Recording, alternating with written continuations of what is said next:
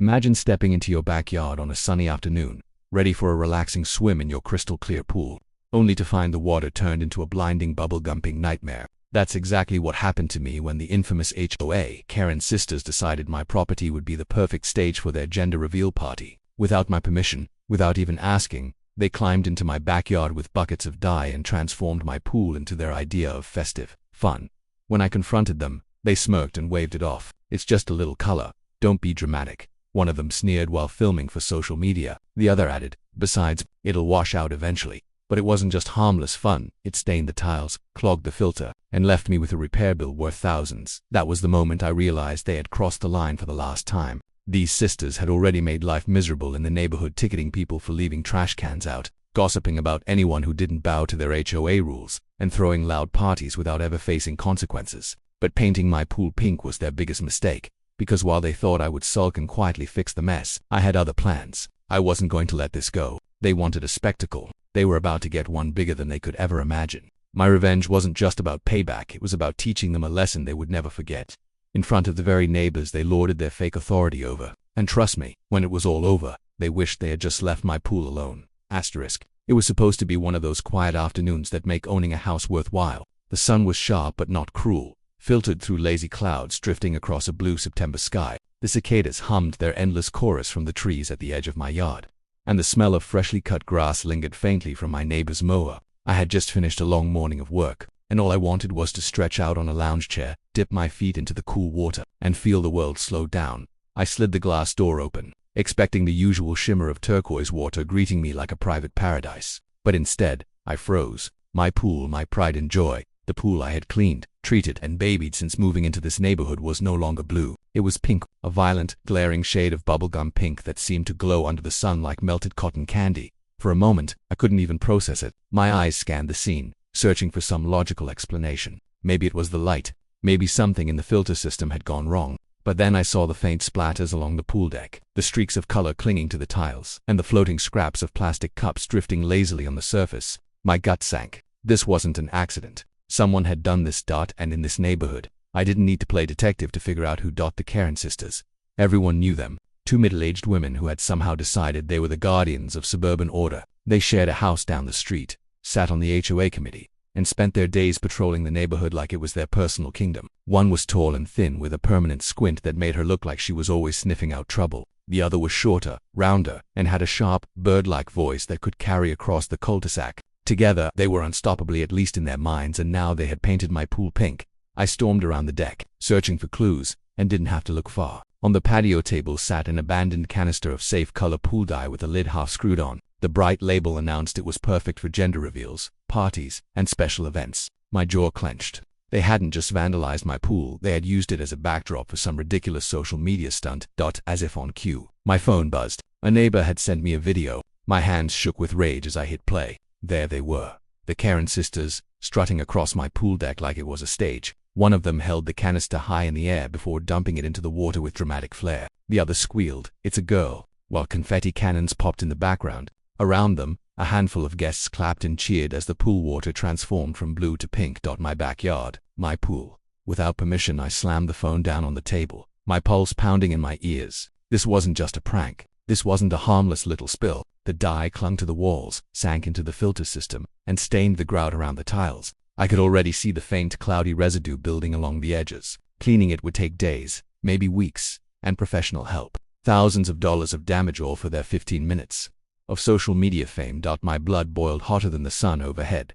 I thought about all the other stunts they had pulled, harassing neighbors about trash bins left out a few hours too long, complaining about kids riding bikes on the sidewalks, filing noise complaints when families had barbecues, and yet they themselves threw loud parties, parked wherever they pleased, and treated everyone else's property like a free prop for their antics. Nobody had ever really pushed back on them, because who wanted to deal with the drama? Who wanted to be the target of their gossip or their HOA rulebook harassment? But this was different. This was my home, my space. And they had crossed a line so bright and bold even they couldn't ignore it. I paced the deck, fists tight at my sides. Confronting them directly would just lead to screaming, finger-pointing, and probably them turning the whole thing back on me. They'd call it just a bit of fun. They'd tell me to lighten up. Maybe they'd even say I should be flattered that they chose my pool for their big reveal. The thought made me grit my teeth so hard my jaw ached. No. This time, things would be different. This time, I wouldn't play the quiet neighbor who cleaned up the mess and muttered under my breath. I would make them pay for this. But before I could think about revenge, I had to face the pink water staring back at me. The dye wasn't going anywhere fast, and the longer it sat, the worse the damage would be. I grabbed the skimmer, scooping out bits of soggy confetti, each piece feeling like a personal insult. The water swirled in my net, clouds of pink spiraling away from each scoop like ink bleeding across paper. My arms ached, sweat dripped down my back, but I didn't stop until every floating scrap was gone. Still, the pool glowed pink, as if mocking me. By evening, I sat slumped in a chair, too tired to be angry but too furious to relax. My phone buzzed again, more videos, more photos from neighbors who had witnessed the whole scene. Some laughed about it, others shook their heads in disbelief. One even messaged me privately, "You should really do something about them. They're out of control." Oh, I would. As the sky darkened and the first stars blinked awake, I looked at my ruined pool and felt something shift inside me. The Karen sisters thought they were untouchable, that they could waltz into my life and leave chaos in their wake without consequence. But they had no idea who they were dealing with, because I wasn't going to let this go. Not this time. And as I sat there, the smell of dye still clinging faintly to the air, I began to plan. The next morning, I woke up earlier than usual. My head still buzzed from the frustration of yesterday. But instead of feeling drained, I felt alert, wired with the kind of energy that comes when anger refuses to die overnight. I shuffled to the kitchen, made myself a strong cup of coffee, and then walked straight to the sliding door. The pool was still pink. It didn't shimmer. It mocked. The water looked even worse in daylight, the sun bouncing off its bubblegum surface like some cheap carnival attraction. I sipped my coffee and stared at it for a long while, letting the bitterness of the drink match the bitterness rising in my chest. The Karen sisters had turned my sanctuary into a spectacle, and now I had to look at their crime every time I glanced out my window. But unlike them, I wasn't careless. They thought they'd left me to deal with the mess. But what they didn't realize was that my house had a set of eyes they couldn't outsmart. My security cameras. I set my coffee down, powered up my desktop, and pulled up the footage, and there it was. Crisp, undeniable video of the two of them sneaking into my backyard with their ridiculous props. One sister carried the dye, the other dragged a folding table laden with balloons and confetti cannons. They pranced around like teenagers at prom night, not homeowners in their 40s. When they poured the dye into the pool, the water bloomed pink in mesmerizing swirls while they clapped and squealed. At one point, the taller sister pulled out her phone, clearly live streaming the whole spectacle to her adoring audience. I leaned back in my chair, arms crossed, and let a slow smile spread across my face. They had incriminated themselves perfectly. I didn't even need to add commentary. The footage spoke volumes. It wasn't vandalism hidden in shadows. It was a full-blown performance. I downloaded the footage to a USB drive, saved backup copies on 2 different folders, and even emailed myself the files. No way. I was letting this evidence mysteriously disappear if things escalated. But evidence was only one piece of the puzzle. I needed to understand just how far the pink damage went. So, I called a pool service company. The technician arrived that afternoon, sunburned man in his 50s who looked like he'd spent his whole life wrestling with stubborn filters. He took one look at the pool and whistled low. "Pink dye," he said, shaking his head. "This isn't the party stuff you sprinkle in fountains. This is concentrated chemical. It's gonna cling to your plaster, stain your grout, and gum up your pump. You're looking at a serious cleanout." I asked him to ballpark the cost. He scribbled numbers on his clipboard and handed it to me. My stomach dropped. Thousands. Actual thousands. My blood boiled again, but I thanked him, took the paperwork, and tucked it neatly into a folder with the footage. Evidence of damage, evidence of cost, evidence of guilt. The case was practically building itself. Still, as the day wore on, the sisters themselves seemed blissfully unconcerned. I saw them later in the afternoon strutting down the street with shopping bags, gossiping loudly with another neighbor as if nothing had happened. The taller one wore oversized sunglasses and carried herself like a celebrity caught in a candid photo shoot. The shorter one waved their hands animatedly, probably retelling their hilarious gender reveal moment. They didn't even glance my way. I clenched my jaw and turned back into the house. Their smugness fueled me. They honestly thought they'd gotten away with it. That evening I sat on my porch with a notebook, sketching ideas. Some were wild revenge fantasies that belonged in movies. Painting their car pink, filling their mailbox with glitter, releasing a swarm of balloons in their yard with giant pool crashes written on them. It was satisfying to imagine, but I wanted something better, something smarter. Something that would not only hit them where it hurt, but also expose them to the very community they lorded their power over. Because that was the real truth.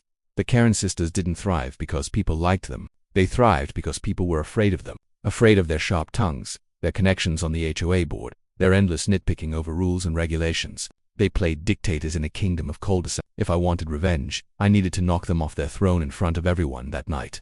While the crickets sang in the yard, I pulled up the HOA handbook online. I read through pages of bylaws, rules, and restrictions, most of which were written in painfully boring legal language, but buried in the fine print were the weapons I needed. Unauthorized entry onto another resident's property. Violation. Hosting an event without board approval. Violation. Causing property damage. Violation. And the best part, members of the HOA committee were supposed to uphold these standards above everyone else. The irony nearly made me laugh out loud. They'd broken every rule they pretended to enforce, and I had it all on tape. I drafted an anonymous email to the board. No anger, no insults, just facts. I attached the video, the repair estimate, and a short note. This is what 2 of your committee members did on my property. I trust the board will uphold the same rules for them as you would for anyone else. I didn't send it yet, not right away. Timing mattered. Striking too early would give them room to spin the narrative, to cry misunderstanding or innocent mistake. But waiting until the next board meeting meant maximum impact. They wouldn't have time to hide or prepare excuses when the footage played in front of a room full of neighbors.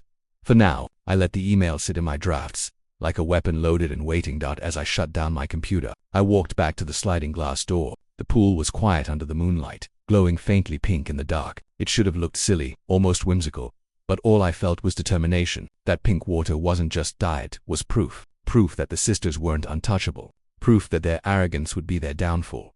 I pressed my palm to the cool glass and whispered to myself, "You picked the wrong neighbor this time." And in that quiet moment, I knew chapter 2 of this story had just begun, not for them, but for me.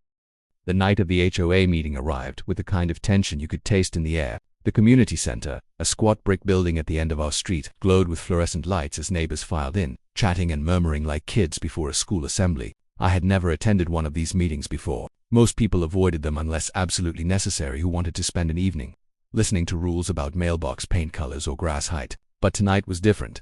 Tonight I had a reason to be there. I carried a plain folder tucked under my arm. Inside, printed stills from the security footage, the full video loaded on a flash drive, and the technician's repair estimate. My weapons. My hands itched with anticipation.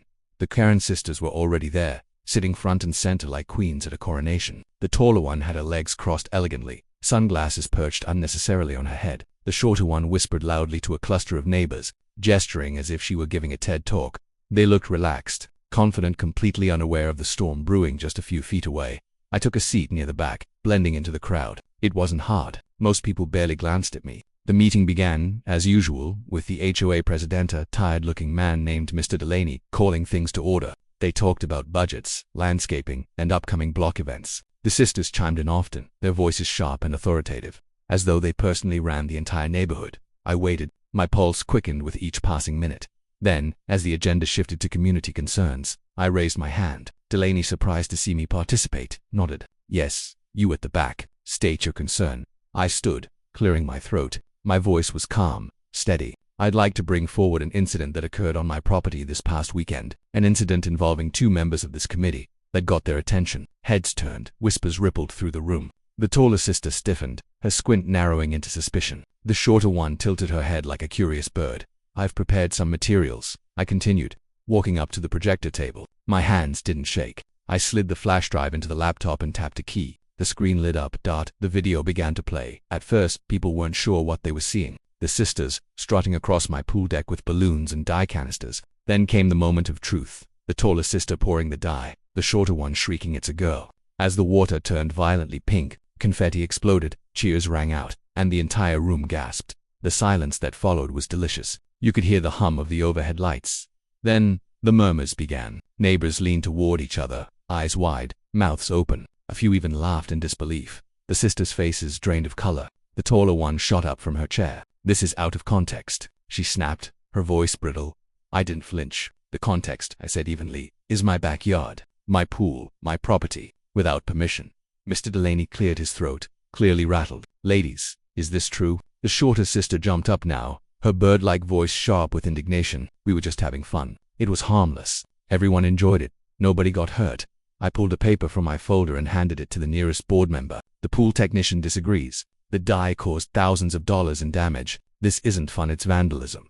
Gasps again. Someone muttered, "Thousands." Another whispered, "Ron on the HOA board, too." The taller sister's mask cracked. "This is ridiculous," she barked. "It was temporary. The water will clear." But the technician's estimate was being passed around now, and every set of eyes grew harder as they read the numbers. The evidence was undeniable. Mr. Delaney rubbed his temples. then looked at the sisters with a mix of disappointment and weariness. You two are committee members. You know the rules. Unauthorized entry onto someone else's property is a violation. Hosting an unapproved event is a violation. Causing property damage is a violation. His words hit like hammer blows. The sisters' indignation faltered. Their smugness dissolved into panic.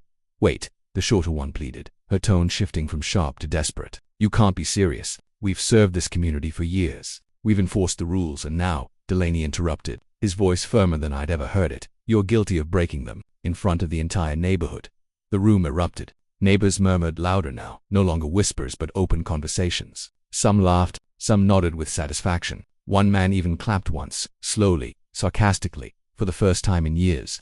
The Karen sisters weren't feared, they were ridiculed. I stayed quiet, watching. This wasn't my moment to gloat. This was theirs to squirm. After a few more tense exchanges, Delaney made the ruling, effective immediately. Both of you are suspended from the HOA committee. You will also be fined for property damage. The amount determined after review of these repair costs. The sisters sat back down heavily, faces red, lips tight. Their power had been stripped in a single evening. The meeting moved on, but the energy never settled. Neighbors kept sneaking glances at me, nodding approvingly, some even offering small smiles. For the first time I felt something shift in the balance of the neighborhood. The sisters' reign of intimidation was cracking, and everyone knew it.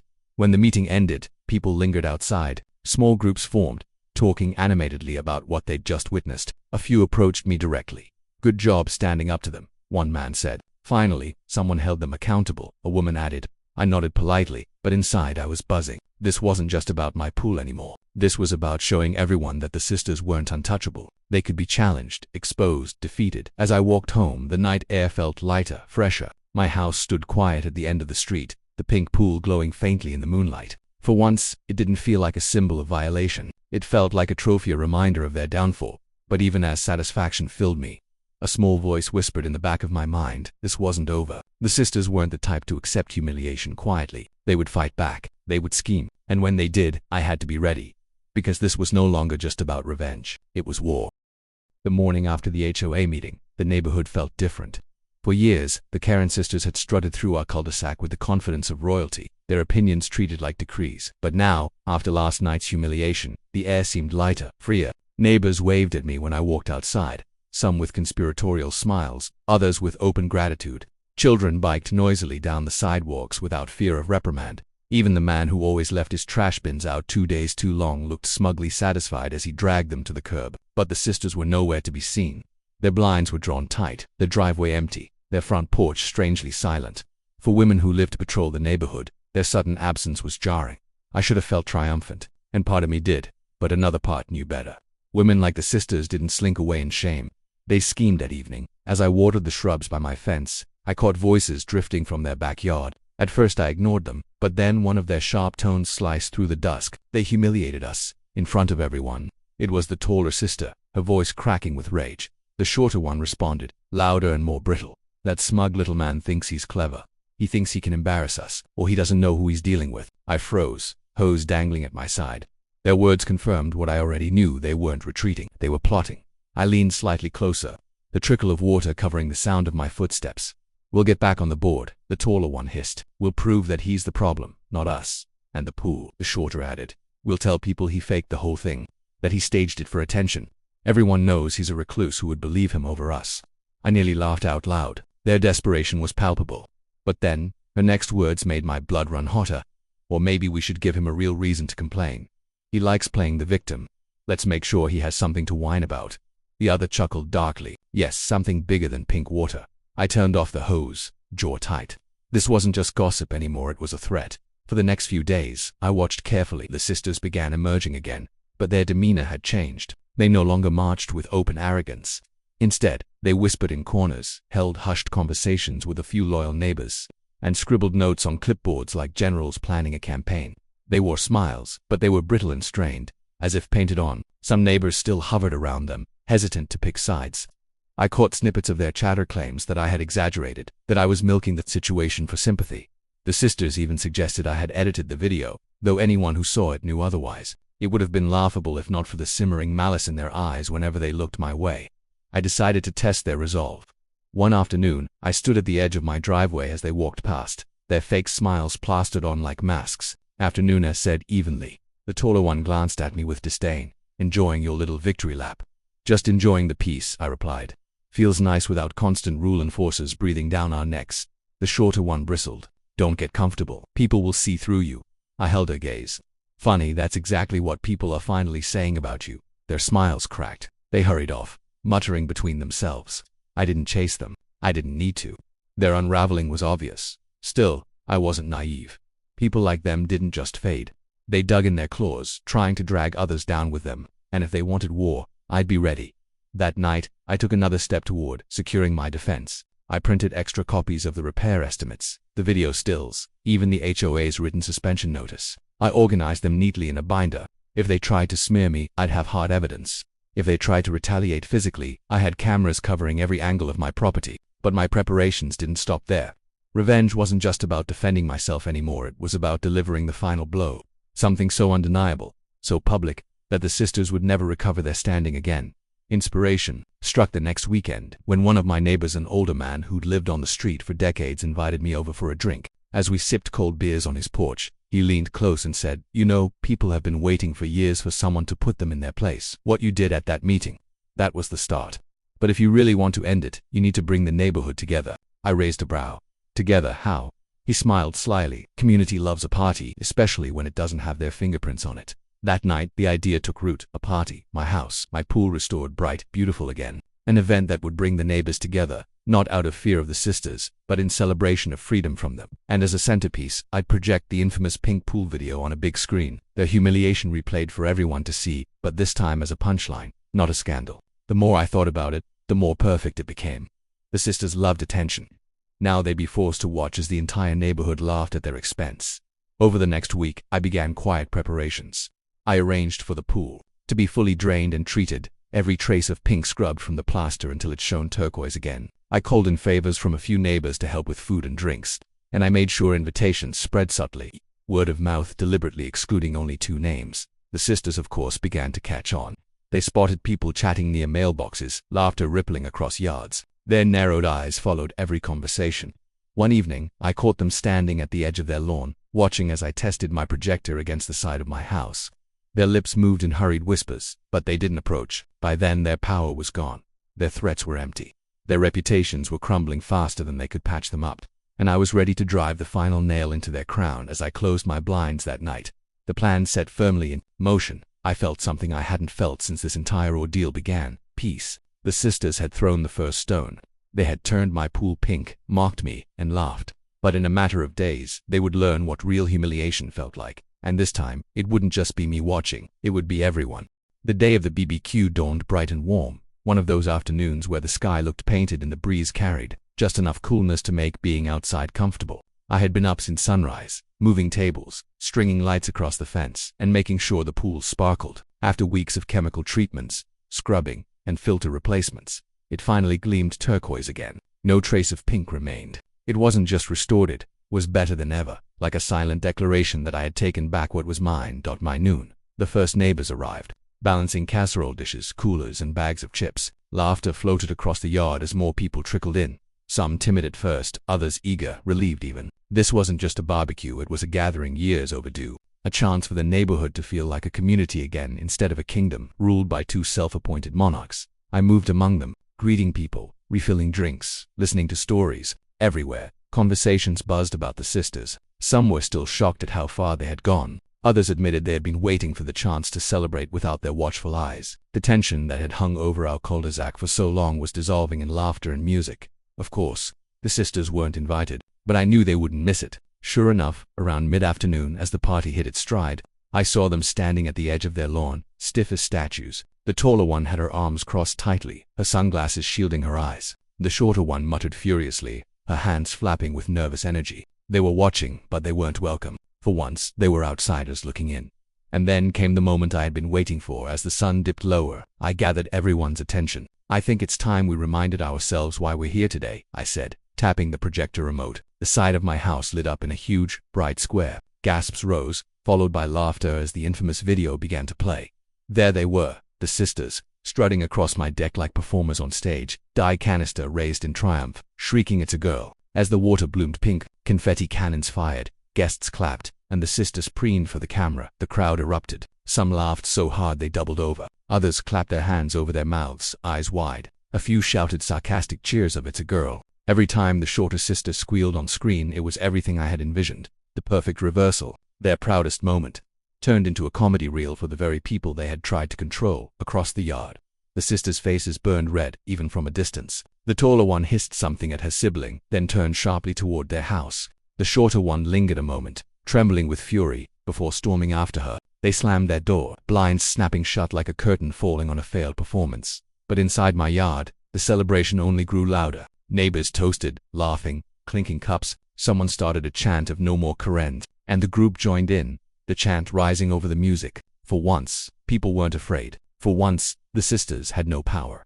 I stood back, watching as the video replayed, as my pool shimmered turquoise under the lights, as neighbors who had been strangers for years connected over food, stories, and laughter. The sisters had wanted attention, had wanted their pink spectacle to be the talk of the neighborhood. In a way, they had succeeded, but not the way they imagined. Instead of admiration, they had earned ridicule. Instead of control, they had secured their own downfall. And for me, it wasn't just about revenge anymore. It was about freedom. My home was mine again. The neighborhood was ours again. And the sisters, for all their scheming, could no longer dictate how we lived.